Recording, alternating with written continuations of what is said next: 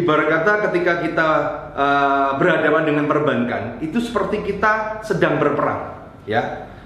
Kalau Anda masih paham, Anda masih bisa memenangkan peperangan ini, di atas kertas Anda masih bisa berjuang, silakan Anda atur strategi yang saya ajarkan di strategi 8 dan ambil peluang untuk tetap menang. Tapi kalau sudah di atas kertas, Anda udah nggak mungkin menang, ya, maka strateginya adalah bukan tetap Anda membayar. Karena kalau sudah jelas nggak menang dan kemudian Anda terhajar, maka yang terjadi Anda akan menjadi pasukan bunuh diri. Ada arah kiri, ya. Maka ketika Anda sudah istilahnya antara misalnya penghasilan Anda di sini, pengeluaran Anda sudah sini, dan untuk ngejar aja susah, maka tidak ada pilihan lain, kita masuk pada step berikutnya di chapter ke-9 nih, yaitu bagaimana cara menghadapi. Nah, tujuan dari menghadapi ini adalah nanti kita mengulur waktu bernegosiasi untuk diskon. Dan untuk mempelajari ini teman-teman, ya, saya ngomong tidak ada yang enak, ya. Kita memilih adalah the best from the worst. Kalau istilah kata dalam peperangan, kalau kita masih bisa menang perang, silakan berperang. Tapi kalau kita sudah di atas kertas udah nggak bisa menang, maka kita merubah strategi kita bukan untuk memenangkan peperangan, tapi bagaimana caranya ketika Anda kalah pun Anda tidak makan korban banyak. Anda bisa mulai melakukan penyelamatan aset. Dan ingat teman-teman, selama kita pelajarin ya di dalam chapter yang kemarin itu tentang hukum, ya, konsekuensinya adalah apa? Kalau selama urusannya di kartu kredit dan KTA tidak ada konsekuensi, konsekuensinya hanya blacklist. Artinya apa? Tidak bakal namanya ceritanya motor Anda disita, ataupun mobil Anda disita, ataupun rumah Anda disita. Tapi kalau Anda tidak ngatur dari awal, dari sekarang, Anda tidak membuat strategi bagaimana cara menghadapi, dan Anda hanya masih istilahnya Anda masih ketakutan Anda membutakan logika Anda, ya bukan berarti hal-hal yang saya ngomong tidak mungkin itu akan mungkin terjadi pada Anda.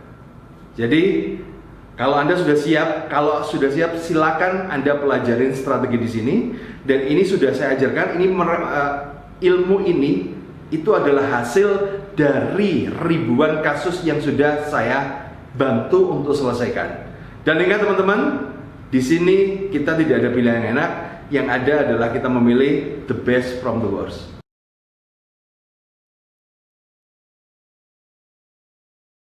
Oke, ya, kali ini saya akan membahas bagaimana, kenapa kok sampai saya menyarankan Anda macet gitu loh, ya. Karena banyak orang yang takut, Pak, kok macet gak bayar gimana? Saya ngajarin Anda macet bukan ngemplang. Sekali lagi teman-teman ya, saya ngajarin Anda macet tuh bukan ngemplang, tapi kita berstrategi. Berstrategi apa? Supaya uang Anda tidak terbuang sia-sia. Jadi ini keuntungan Anda. Karena saya kasih ilustrasi aja ya. Misal kata Anda sekarang punya utang kartu kredit total 200 juta. 200 juta ya.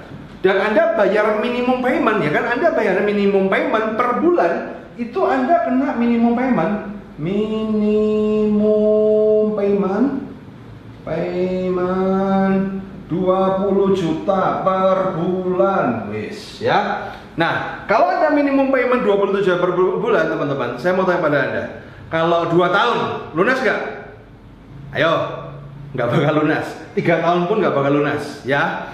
Tapi kalau pakai, nah, pada kadang-kala teman-teman, kondisi Anda itu udah kacau balau. Anda makin lama bayar untuk minimum payment, ya kan, nggak lunas-lunas. Kadang-kadang juga Anda juga bisa bayar udah pakai dana talangan, ya. Anda bayar 6 juta, kadang-kadang nggak selesai-selesai, ya kan. Ini utang kok nggak selesai. Dan suatu ketika Anda kan pasti lelah untuk membayar, ya. Dan kemudian Anda cuma mampunya bayar kurang lebih 10 juta deh, ya. Anda mampunya bayar 10 juta, ya. 10 juta ini Anda bayarkan untuk bayar di sini. Berarti di bawah minimum payment. Pertanyaan saya adalah apa?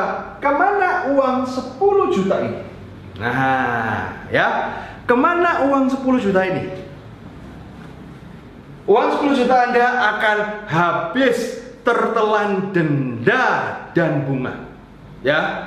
Padahal mungkin saat ini Angka 10 juta itu sangat amat besar bagi Anda nilainya. Anda mungkin nyarinya udah sambil peras keringat, mandi keringat dan darah gitu kan, banting tulang, ngapa-ngapain sampai Anda bela-belain utang tetangga, jual TV, jual kolor dan lain-lainnya ya.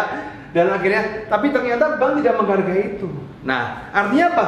Uang Anda mau basir, ini mau basir teman-teman ya. Nah, maka dari itulah saya mengajarkan Anda bagaimana caranya berstrategi ya. Bagaimana caranya berstrategi adalah apa?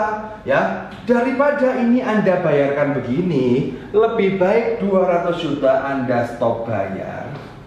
Ya, 200 juta Anda stop bayar. Kemudian uang 10 juta ini tiap bulan Anda tabungkan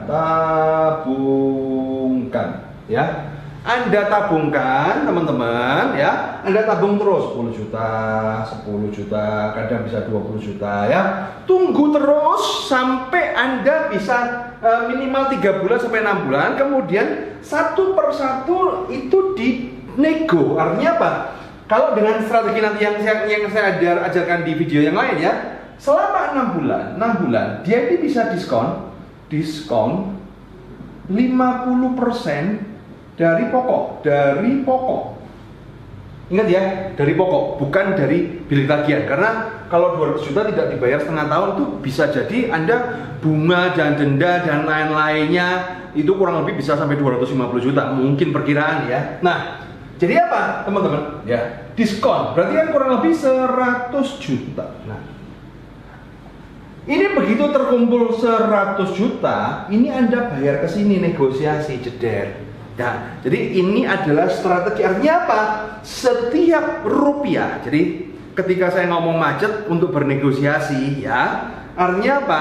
Setiap rupiah yang Anda simpan itu berguna untuk mengurangi pokok tagihan Anda.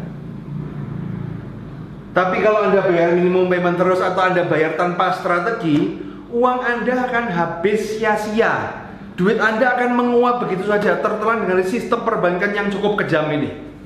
Itulah kenapa kita kadang-kadang perlu macet. Ya, tapi macet di sini bukan ngemplang. Sekali lagi ya, saya tidak pernah mengajarkan Anda untuk ngemplang dan sangat tidak disarankan Anda untuk ngemplang. Utang harus dibayar, tapi bukan sekarang. Kapan? Nanti ketika punya uang kita negosiasi dengan cara seperti ini. Oke, kita lanjut pada video berikutnya.